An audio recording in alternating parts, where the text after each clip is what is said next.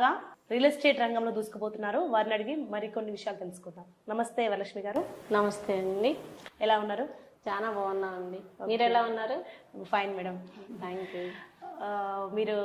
మీకు రియల్ ఎస్టేట్కి ఎందుకు రావాలనిపించింది madam? Real ఎస్టేట్కి ఎందుకు రావాలి అంటే నేను ఫస్ట్లో కొన్ని స్ట్రగుల్స్ పడ్డానండి. అంటే ఫస్ట్ నుంచి కూడా బిజినెస్, నాన్నగారు బిజినెస్, నాన్నగారితో పాటు నేను కొన్ని నాన్నగారితో చేయాలి అనేది ఇంట్రెస్ట్. అట్లాగే మాకేంటంటే వర్మీ కంపోస్ట్ అని ఓన్ మ్యానుఫ్యాక్చరింగ్ ఫ్యాక్టరీ ఉంది.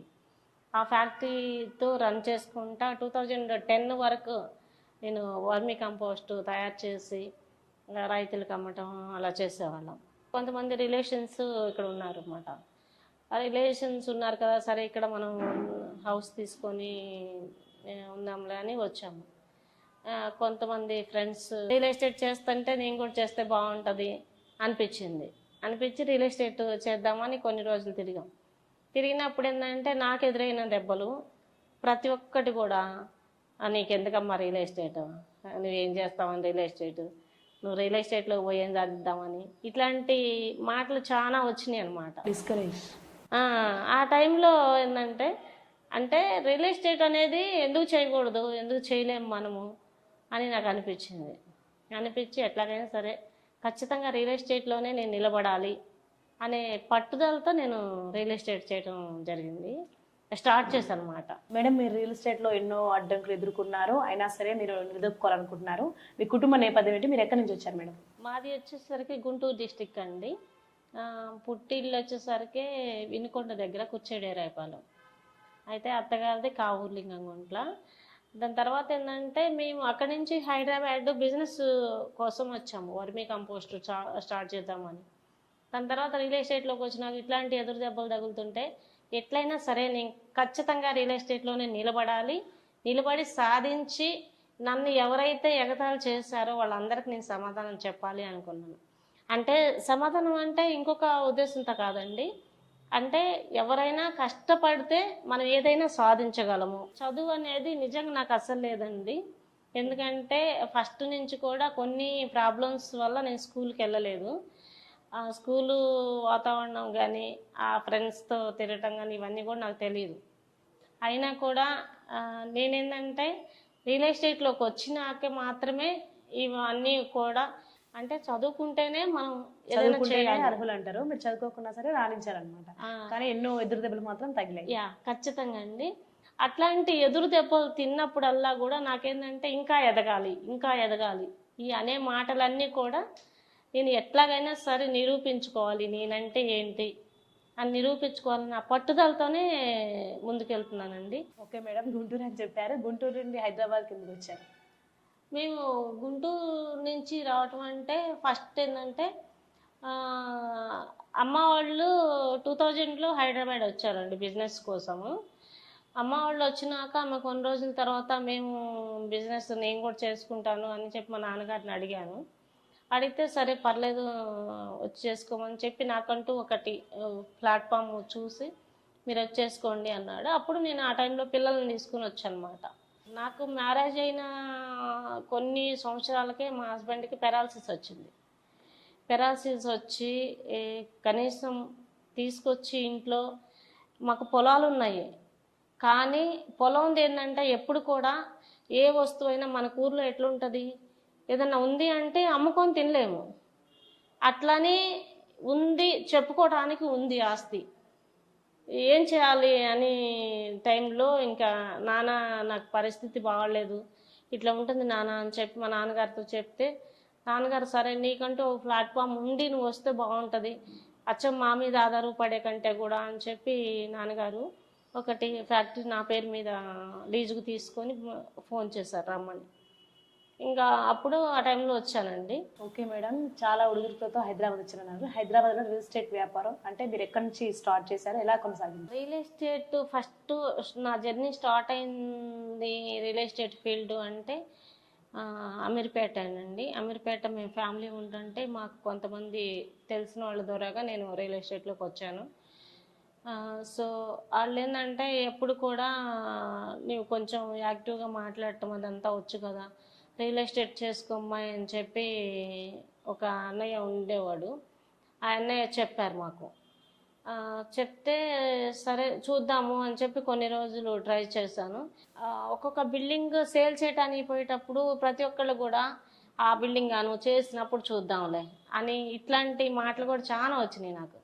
అయినా ఎవరైతే ఎప్పుడు ఏది కాదన్నారో అదే నేను నిలబడి పట్టుదలతో వాళ్ళతో కస్టమర్తోనైనా ఓనర్తోనైనా మాట్లాడే విధానం జాగ్రత్తగా మాట్లాడి ముందుకొచ్చి చేసిన రోజులు చాలా ఉన్నాయి. కానీ అవన్నీ తలుచుకుంటే ఈరోజు అంటే ఇట్లాంటి కష్టాలు ఉన్న వాళ్ళకి ప్రతి ఒక్కరికి కూడా నేను అంటూ ఒక లైఫ్ ఇవ్వాలి, అలాంటి వాళ్ళు అందరిని రియల్ ఎస్టేట్లో నిలబెట్టాలి అన్నది నా గోల్ అండి. మేడం మీరు హైదరాబాద్కి వచ్చి రియల్ ఎస్టేట్లో ఎన్నో ఒడిదుడుకులు ఎదుర్కొన్నారు కదా, సో ఏదైనా ఒక్కరోజు మీకు అనిపించిందా ఆ రియల్ ఎస్టేట్ వదిలేద్దామని? అంటే ఎప్పుడు కూడా రియల్ ఎస్టేట్ వదిలేయాలన్న ఆలోచన రాలేదండి. నేను రియల్ ఎస్టేట్ చేసేటప్పుడే కాకపోతే నన్ను ఎదగనీయకుండా చేయాలి, ఇంకా ఇంకా తొక్కేయాలి, వచ్చే కమిషన్స్ ఆపేయాలి, లేదా వచ్చిన కమిషన్స్ ఏదో కొంక పెట్టుకొని వాళ్ళు తీసేసుకోవటము. మేడం మీరు గత 12 ఏళ్ళుగా రియల్ ఎస్టేట్ బిజినెస్లో ఉన్నారు కదా, సో మహిళలకి సూట్ కాదనేసి అంటారు, దానిపై మీరేమంటారు? లేదండి, అది రాంగ్. ఎప్పుడైనా సరే మనం చేసే బిజినెస్ కరెక్ట్గా చేస్తుంటే ఎప్పుడైనా సరే మనం ఎవరమైనా చదువుకున్నామా చదువులేదా అన్నది పక్కన పెడితే రియల్ ఎస్టేట్ అనేది ఎవరైనా చేయొచ్చు, లేడీస్ అయినా చేయొచ్చు, బాయ్స్ అయినా చేయొచ్చు. కాకపోతే ఏంటంటే వాళ్ళు ఎవరైతే బాయ్స్ వెళ్ళి నైట్ టైమ్స్ అయినా ఎవరినైనా కస్టమర్ని కలవాలి అన్నప్పుడు కలవగలుగుతారు. మనం ఆ టైంలో వెళ్ళి కలవలేం కాబట్టి మనకున్న టైము ఏదైతే ఉందో మార్నింగ్ 9 to ఈవినింగ్ 6 ఇట్లాంటి టైంలో కనుక కస్టమర్ని కలిసి కరెక్ట్గా కమ్యూనికేషన్ చేసుకోగలిగితే రియల్ ఎస్టేట్ అనేది ఎవరికైనా చాలా బాగుంటుందండి ఖచ్చితంగా. ఎందుకంటే నేనే ఉదాహరణ నన్నే తీసుకోండి, నాకు ఎటువంటి చదువు లేదు. నేను ప్రతి చదువు అయినా ఏదైనా రియల్ ఎస్టేట్లోకి వచ్చినాక నేర్చుకున్నది. అది నేర్చుకొని చెయ్యాలి అని పట్టుదల ఒకటి ఉంటే చాలు, మనల్ని ఎవరేమి అనరు. మనం ఉండే జాగ్రత్తలో మనం ఉండాలి అంతవరకే. కానీ అట్లా లేడీస్ చేయకూడదు అనేది అసలు ఎవరు చెప్పారండి? ఎవరైనా ఏదైనా చేయొచ్చు, కానీ జాగ్రత్తగా చేసుకోవాలి అంతే. ఈరోజు హైదరాబాద్ రియల్ ఎస్టేట్లో చూసుకుంటే ఎక్కడైనా చూడండి లేడీసే ఎక్కువ ఉన్నారు. ఎందుకున్నారు అంటే లేడీస్ కూడా ఏదైనా సాధించవచ్చు, ఏదైనా చేయొచ్చు అనే పట్టుదలతో లేడీస్ ముందుకెళ్తున్నారు. ఓకే మేడం, ఇప్పుడు రియల్ ఎస్టేట్లో మహిళలకి మీరు ఆదర్శం చెప్పాలంటే, కానీ ఇలాగే మహిళలు ముందుకు రావాలంటే రియల్ ఎస్టేట్ బిజినెస్ చేయాలంటే మీరు వాళ్ళకి ఏమైనా ట్రైనింగ్ ఇవ్వడం జరుగుతుందా? ఖచ్చితంగా మేడం, అదే నేను చెప్తున్నాను. ఎందుకంటే రియల్ ఎస్టేట్ అనేది లేడీస్ కూడా చేయొచ్చు. మా నేమ్ తీసుకుంటే అండి, మాది నేమ్ కూడా ఏంటంటే టీమ్ నేమ్ వచ్చేసరికి wonder women team. Wonder women team అంటేనే లేడీస్ ఉన్నారు. దాంట్లో ఎవరైనా లేడీస్ బిజినెస్ చేయాలనుకున్న వాళ్ళు ఎవరైనా వచ్చి బిజినెస్ చేస్తాము మాకు ఇంట్రెస్ట్ ఉంది అంటే కనుక ఖచ్చితంగా 100% రూపాయి ఖర్చు లేకుండా మేము ఎటువంటి ఛార్జెస్ చేయకుండా వాళ్ళకి రియల్ ఎస్టేట్ ట్రైనింగ్స్ నేను ఇస్తానండి. అట్లాగే మాకు టీం ఉంది, టీం వర్క్ కూడా మేము చాలా చేస్తూ ఉంటాము. మా టీంలో చాలా మంది లేడీస్ ఉన్నాము, బాయ్స్ ఉన్నాము. అందరం కలిసి అక్క చెల్లెళ్ళు అన్నతమ్ముళ్ళలాగా పనిచేస్తున్నాము. అట్లా ఏమి ఇబ్బంది ఉండదండి, అసలుకి చేస్తాం ఖచ్చితంగా. ఓకే మేడం, చక్కటి భరోసా అయితే ఇచ్చారు. మీరు ఇప్పుడు ప్రజెంట్ ఏ ఏరియాలో రియల్ ఎస్టేట్ చేస్తున్నారు మేడం? ఇప్పుడు మేము వచ్చేసరికి అమీర్పేట చుట్టుపక్కల అండి, అమీర్పేట చుట్టుపక్కల ఒక 10-15 కిలోమీటర్లు 20 కిలోమీటర్ల వరకు చేస్తున్నాము. ఏది ఓపెన్ ప్లాట్స్, విల్లాస్, అపార్ట్మెంట్స్ ఇట్లాంటి.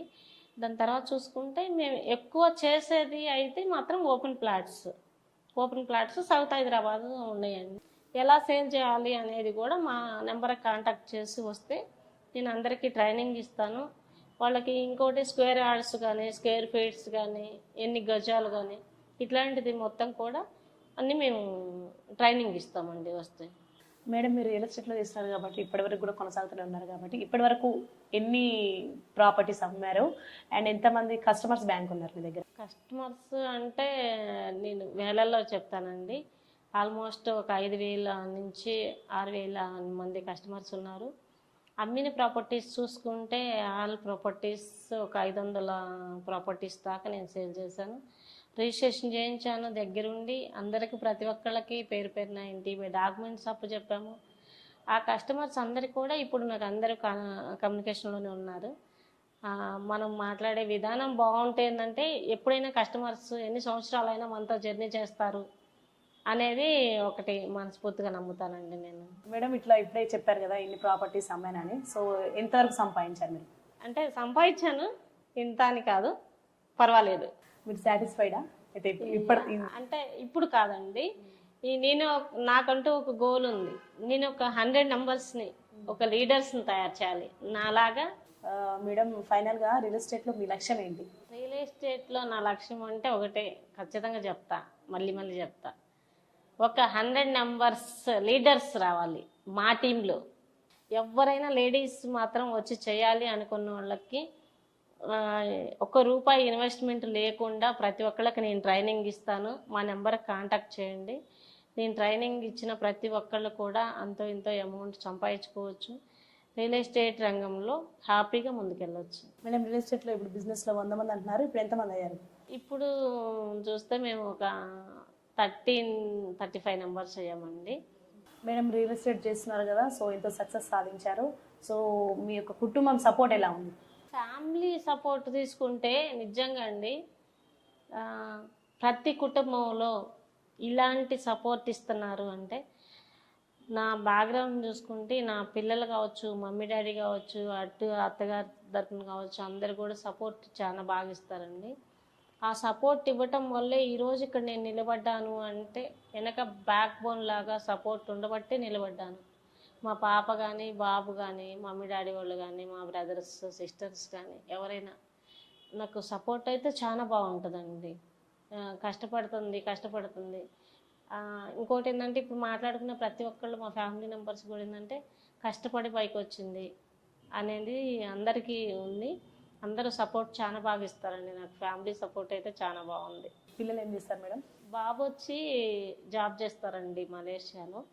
పాప హైదరాబాద్ ఈవెంట్స్ కండక్ట్ చేస్తుంది.